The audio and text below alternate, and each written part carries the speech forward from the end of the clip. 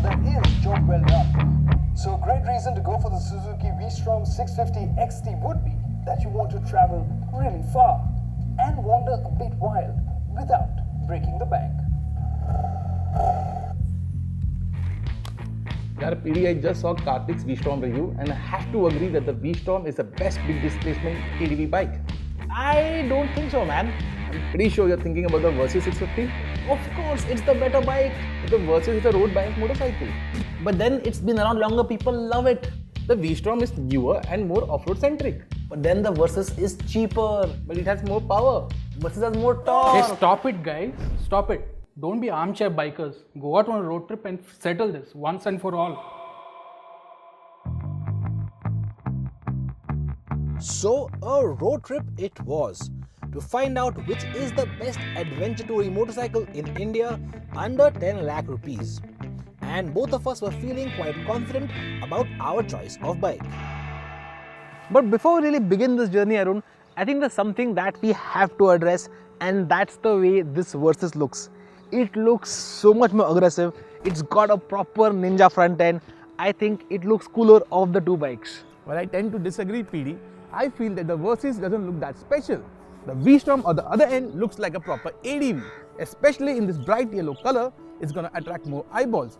And you just can't miss those bling wheels. Yeah, it's a bit too bright, man. Yeah, right, says the guy who wears a bright blue jacket.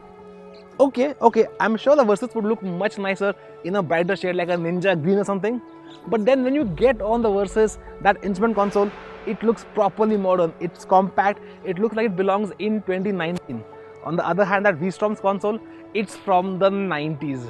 Yeah, I agree on that front. However, it has more information on display like a temperature gauge, voltmeter and engine temperature.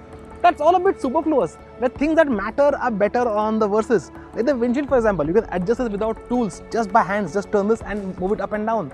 That needs Allen keys. And even the levers, both the levers on the Versys are adjustable, while only the brake lever is adjustable on the V-Strom. But talking about touch points, the V-Strom has a better switch gear and you can switch modes on the move. Okay, makes sense. Talking of on the move, I think we should get on the move as well. And so our journey really began. The open highway stretching out before us, 2 full tanks of petrol. Wait a minute.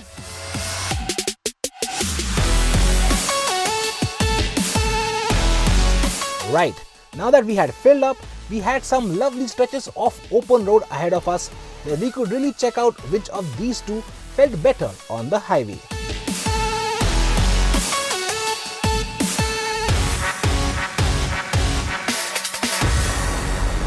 Okay, so we haven't traveled all that much, just about 120 kilometers so far. Yeah. And I think it was necessary to sort of refuel ourselves at this point. Yes. But the journey so far, at least on the highway, the Versys is just sublime. I mean, firstly, it's just so smooth. So at 120 kph in 6th gear, it's doing about 5,500 RPM, and there's not a single vibe from the engine.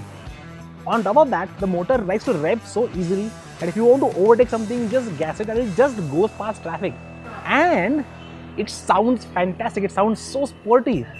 On the other hand, the V-Strom, I mean, you can't even hear it. It just has no character. Well, it might sound characterless, but that V2 engine has a lot of character, especially a great mid-range which allows you to sit at 120 km per hour easily. Also, I think that the V-Strom's engine is much more refined than the Versys. I mean, I'll agree that it is quite refined for a V12, but say beyond 120, I don't think it's more refined than the Versys. But going beyond 120 kph on Indian roads? Okay, I will give you that. But I mean, it's not a perfect... Yeah, I do have some problems, like the gearbox, for example, it feels a bit clunky, and while you could overtake easily, I had to downshift to extract the power for overtaking at higher speeds. The Versys, if you have to downshift, it feels absolutely smooth. Okay. Like it's a bit of a long travel, but then it just clicks in without any effort. And then the throttle transitions on, especially going on and off, it's not great. I mean, it's not like severely on off, but it could have been better, honestly. Okay, the V-Strom on the other hand has a very linear and very progressive throttle, which makes it even much more easier to ride and live with, I think. Yeah, I'm sure, but then see, the best part of the journey was the twisties coming up to Mahabaleshwar, and there the Versys was just kicking butt, man. I mean, that short wheelbase, 17-inch wheels, road bias tires, that upside down forks at the front, which are adjustable as well. Yeah. I mean, it was inspiring so much confidence in the turns. And honestly, I was just leaving you behind, man. Oh, come on, man. I do agree that the V-Strom has a long wheelbase and it's not very agile through the corners. It feels a bit cumbersome, but I was just behind you. That's because I was letting you stay behind me. Honestly, we've got more twisties after this. Why don't you ride the Versys to find out? There are no two ways to it.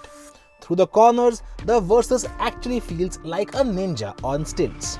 Easy to steer, precise, and a whole lot of fun. The V-Strom is certainly stable through the corners, but steering does need a lot more effort. And changing directions quickly is definitely not its cup of tea. So Arun, after that ride, are you suitably convinced that the Versys here is the better handler of the two? I definitely PD that the Versys has such a great handling dynamics and it clearly wins this battle. That's point one for the Versys. Now to celebrate with some chai. But here at ZigWheels, we don't just drink our chai, do we? We challenge bikes with it.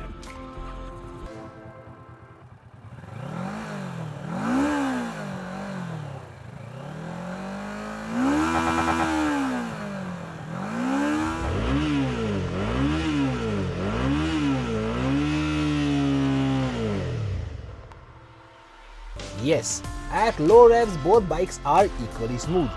But build those revs and get them closer to redline and you'll notice that the Kawasaki has distinctly less vibrations than the Suzuki.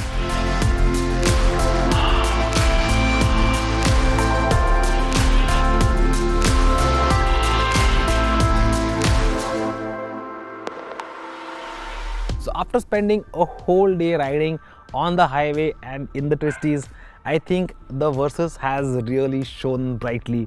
And even when we came into these sort of narrow alleyways of Diveagar and even through the crowded city streets, like it just felt that much more nimble.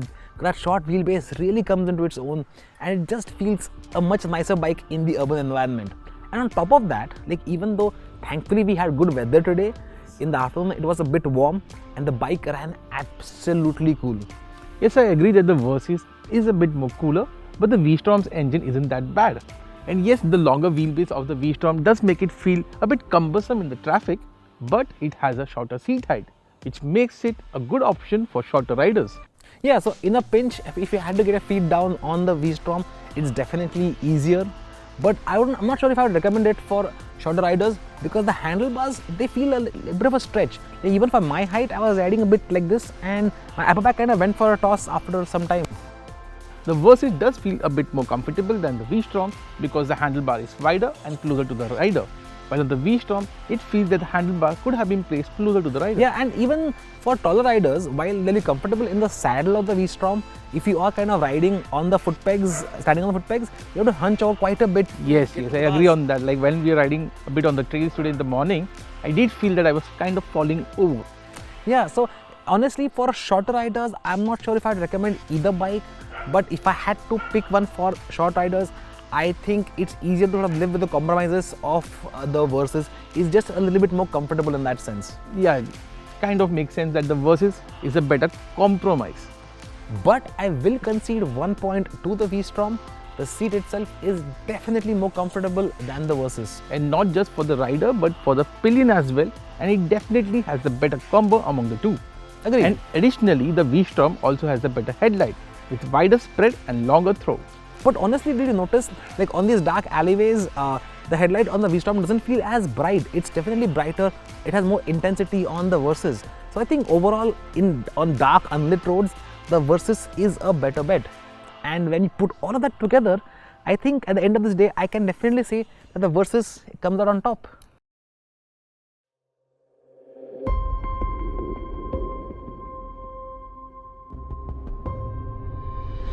Now ideally that should have settled things. But the next day, Arun had some other plans to prove just how good the V-Strom could be.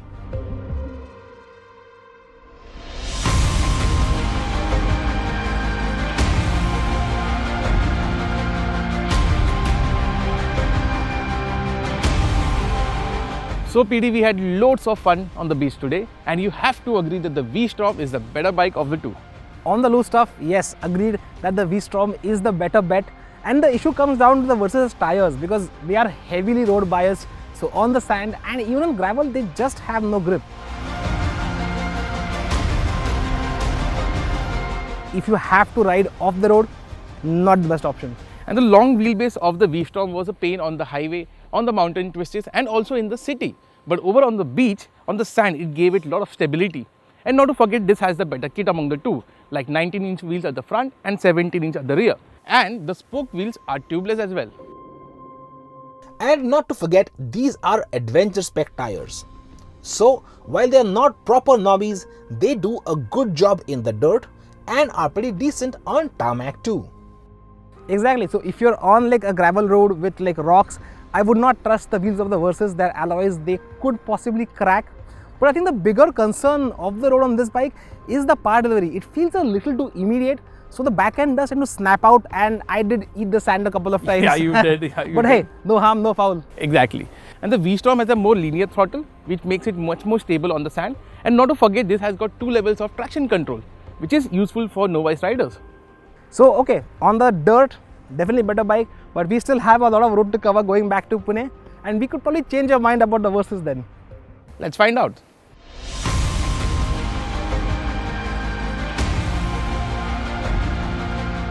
You know, these bikes feel so different to ride, but on paper there's hardly anything between them. Exactly, PD, because they have similar horsepower and torque figures. In fact, they're exactly the same. Yeah, and it even shows in the performance figures. Like under braking, the V-Strom is slightly better than the Versys, but again, just slightly. And even in terms of acceleration figures, it's the V-Strom that is marginally ahead of the Versys right here. But that's a bit weird because the Versys feels the peppier of the two.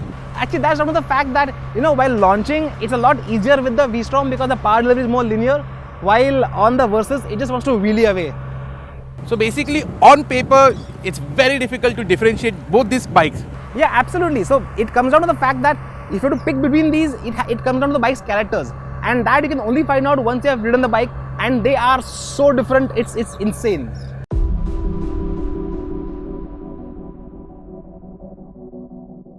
In our highway tests, the V-Strom offered marginally better fuel efficiency. But then the Versys has a slightly bigger tank. So it's all balanced out in the end, right? Well, no, because when you start riding aggressively, the Versys comes out ahead in mileage. On our ride, the Versys managed 20 km per liter, while the V-Strom managed just 16. Looks like I might be able to convince Arun about the Kawasaki after all.